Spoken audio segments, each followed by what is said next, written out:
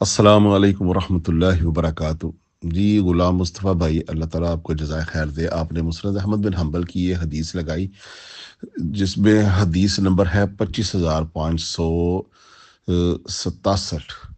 تو اس حدیث میں ام سلمہ رضی اللہ تعالیٰ عنہا، جو کہ رسول اللہ صلی اللہ علیہ وآلہ وسلم کی زوجہ ہے۔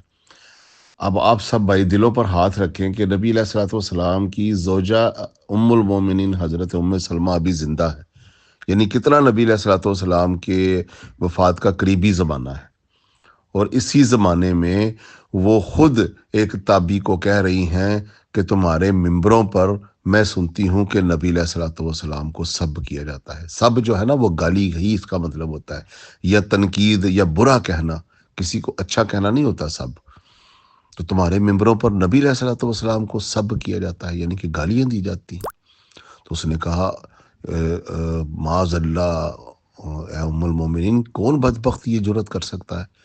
تو انہوں نے فرمایا کہ میں سنتی نہیں تمہارے ممبروں پر مساجد میں خطیب جب خطبہ دیتا ہے تو وہ سب سے پہلے کہتا ہے لعن اللہ علی ومن احبہم، علی پر لعنت ہو اور جو اس سے محبت کرے اس پر بھی لعنت ہو۔ تو یہ میں آپ کو تھوڑا تاریخ کے دریچے میں لے جاتا ہوں کہ جو اسٹوڈنٹس ہمارے جن کو نہیں پتہ ان باتوں کا، کہ جب معاویہ نے حضرت حسن ابن علی سے بھی حکومت چھین لی اور حضرت علی سے تو جنگ کرتا تھا، تو حسن و حسین سے بھی حکومت چھین لی گئی، لے لی گئی۔ تو حضرت علی سے قتال کر لینے کے بعد اس نے حکومت حاصل کی تھی۔ تو جو نسلیں، نئی نسلیں جب جوان ہو رہی تھی، یا اس وقت جو لوگ موجود تھے، انہیں تو پتہ تھا علی کی کتنی فضیلتیں ہیں۔ آج تو گھر گھر میں علی کی فضیلتوں سے ہر کوئی واقف ہے۔ یہ الگ بات ہے کہ یہ وہابی اور دیوبندی اور بریلوی اب جو ہے نا وہ معاویہ بے گناہ بے خطا کے نعرے لگاتے ہیں۔ تو معاویہ نے جب حکومت چھین لی تو اسے ڈر لگا رہتا تھا کہ لوگ ہم سے یہ پوچھیں، بھئی معاویہ تو کافر ہوتا تھا، اور تو بدر، احد، خندق اور بیت رضوان میں بھی شامل نہیں ہے، مکی زندگی میں بھی تیرا ایمان نہیں ہے، نہ تو انصار مدینہ میں سے ہے، تو علی جیسی شخصیت سے جنگ کر کے حکومت لے بیٹھا ہے۔ تو اس کو ڈر لگا رہتا تھا۔ تو برین واشنگ کے لیے جو ینگ جنریشن ابھی آ رہی ہے نا، ان کو یہی متعارف کرایا جائے کہ علی ایک فاسق فاجر انسان تھا، اس پر لعنت کرو ممبروں کے اوپر، اور جمعے کے خطبے میں اور عیدین کے خطبے میں جہاں بھی خطبہ ہو تو یہ معاویہ اور اس کے جو چاہنے والے سارے گورنر تھے نا، وہ لعنت کرتے تھے، جس کی وجہ سے ام سلمہ نے، احمد بن حنبل یہ حدیث لے کر آیا۔ اب دیکھیں، احمد بن حنبل سے بڑا محدثین ان وابیوں کے پاس کوئی ہے؟ یہ حنابلہ کہلاتے ہیں، اسی کی فقہ پر چلتے ہیں۔ تو وہ یہ حدیث لے کر آئے کہ یہ وقت آ گیا کہ حضرت علی پر لعنت کی جا رہی ہے، اور ابھی رسول اللہ کی زوجہ زندہ ہیں، صحابہ کرام زندہ ہیں۔ تو اس پر جو ہے انہوں نے کہا کہ کیا تم ممبروں پر یہ نہیں کہتے لعن اللہ علی ومن احبہم؟ اس نے کہا ہاں یہ تو کہتے ہیں۔ تو اس نے کہا اس کا کیا مطلب ہے؟ جو علی پر لعنت اور علی سے محبت کرنے والوں پر لعنت؟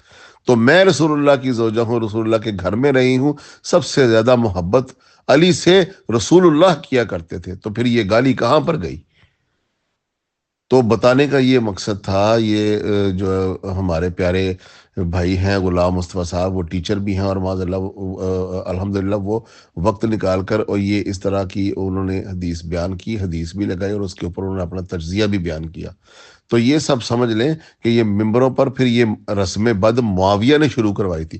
اچھا، جو گالی نہیں دیتا تھا نا معاویہ، ان صحابہ کرام کو جا کر تنقید بھی کرتا تھا، تاکید بھی کرتا تھا۔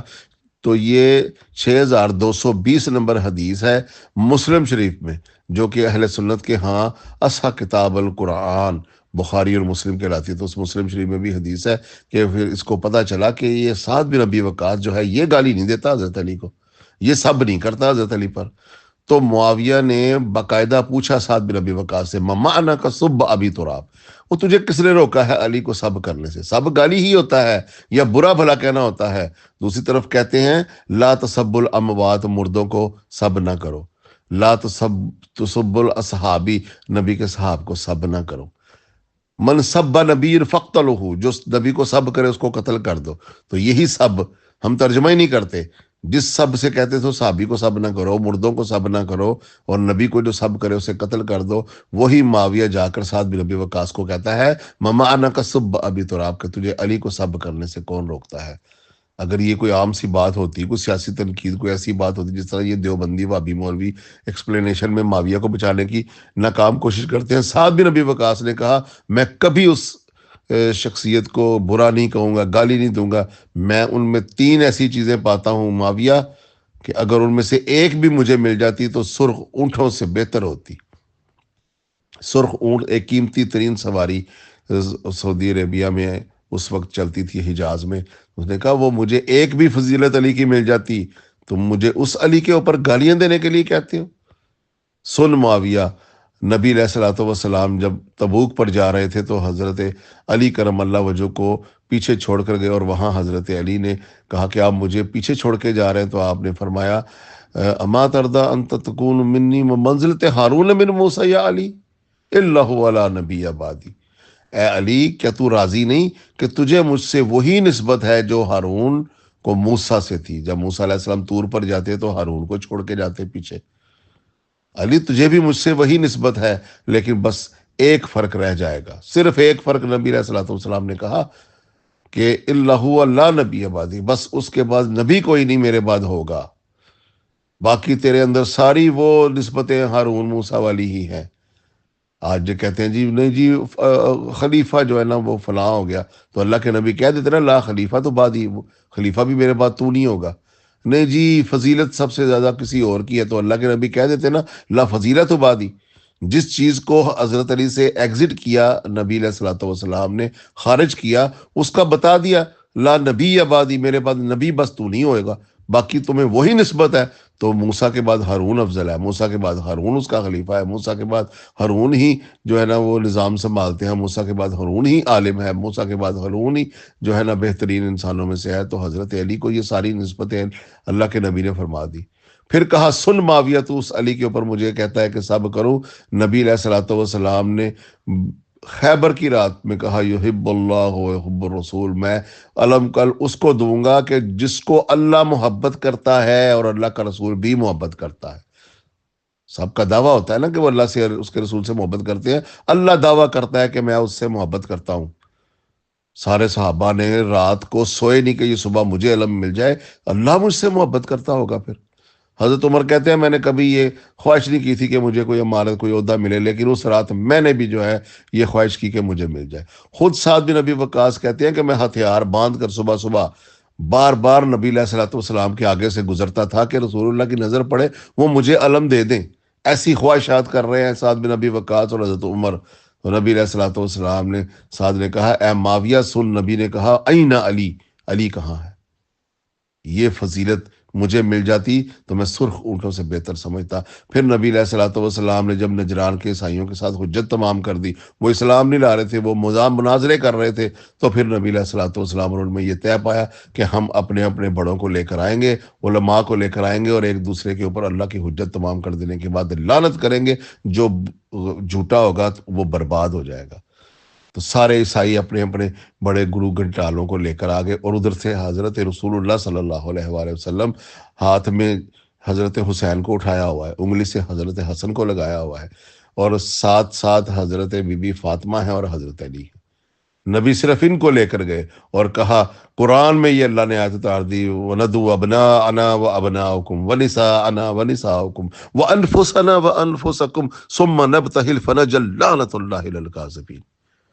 تو اللہ تعالیٰ نے قرآن میں یہ آیت نازل کر دی کو نبی علیہ الصلوۃ والسلام فرماتے ہیں کہ جب ان کے ساتھ تم پیش ہو جاؤ تو پھر سے کہو لاؤ وہ ابنانا، ہم جیسے یہ بیٹے لے کر آؤ اگر تمہارے پاس ہیں تو۔ حسن حسین کو آگے کرتے وہ ابناؤکم، اور اپنے بیٹے ایسے دکھاؤ، وہ نساؤنا، اور ہماری اس طرح کی پاک باز پاک سیرت عورتوں میں سے فاطمہ، و نساءنا و نساؤکم، ہیں کوئی ایسی عورتوں تم میں سے۔ وہ انفسانہ، جب کہا کہ ہم اپنی جانوں کو پیش کرتے ہیں، علی اور نبی نے اپنے جان کو اکٹھا کر کے پیش کیا اور کہا وہ انفسانہ، ہم اپنی جانوں کو پیش کرتے ہیں، وہ انفسکم، لاؤ ایسی جانیں تمہارے پاس ہیں تو۔ ثم نبتہل ونجعل لعنۃ اللہ علی الکاذبین، تم ایسا نہیں کر سکو گے، جھوٹوں پر اللہ کی لعنت ہو جائے گی۔ تو اس پر سعد بن ابی وقاص نے کہا وہ مبالغہ میں اپنا نفس قرار دے رہے تھے، علی کو لے کر گئے تھے نبی علیہ الصلوۃ والسلام، پورا مدینہ بڑا پڑا تھا۔ معاویہ تو اس علی پر مجھے کہتا ہے کہ سب کروں، اور پھر اس روایت ایک اور روایت میں آتا ہے کہ خیمے سے اٹھ کر چلے گئے، پھر معاویہ کی جرت نہ ہوئی جب تک وہ مکے میں رہا، سعد بن ابی وقاص کو جا کر کہے۔ ان کے بیٹے نے بھی یہ بات روایت کی کہ میرے باپ کے ساتھ اس طرح معاویہ پیش آیا تھا کہ علی کو گھر یہ نکلوانے میں معاویہ نے حد کر دی۔ یہاں آج کے وہابی دیوبندی کہتے ہیں نہیں جی نہیں وہ گالیاں نہیں دیتے تھے بھائی، وہ تو قتل کرنے کے لیے قتال ہوا، جنگ ہوئی ہے باقاعدہ۔ جنگ زیادہ بری چیز ہے، قتل کرنا زیادہ بری چیز ہے کہ کسی کو گالی دینا بڑی چیز ہے۔ جو قتال کر سکتا ہے حسن و حسین علی، اس کے سامنے تلواریں لے کر کھڑے ہیں، وہ معاویہ یزید کا ابا، وہ ہند کی اولاد ابو سفیان کا بیٹا قتال کر رہا ہے، اس کو بچاتے ہو؟ شرم تم کو نہیں آتی؟ اللہ کے سامنے تم لوگوں نے پیش نہیں ہونا؟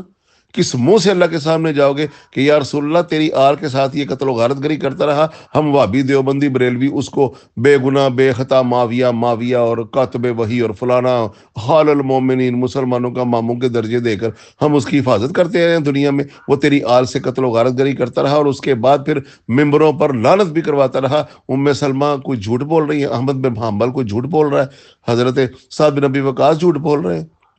تمام محدثین اس چیز کے قائل ہیں، دیوبندی ہوں بریلوی ہوں اہل حدیث ہوں، 90 سال تک یہ حرام کام ہوتا رہا۔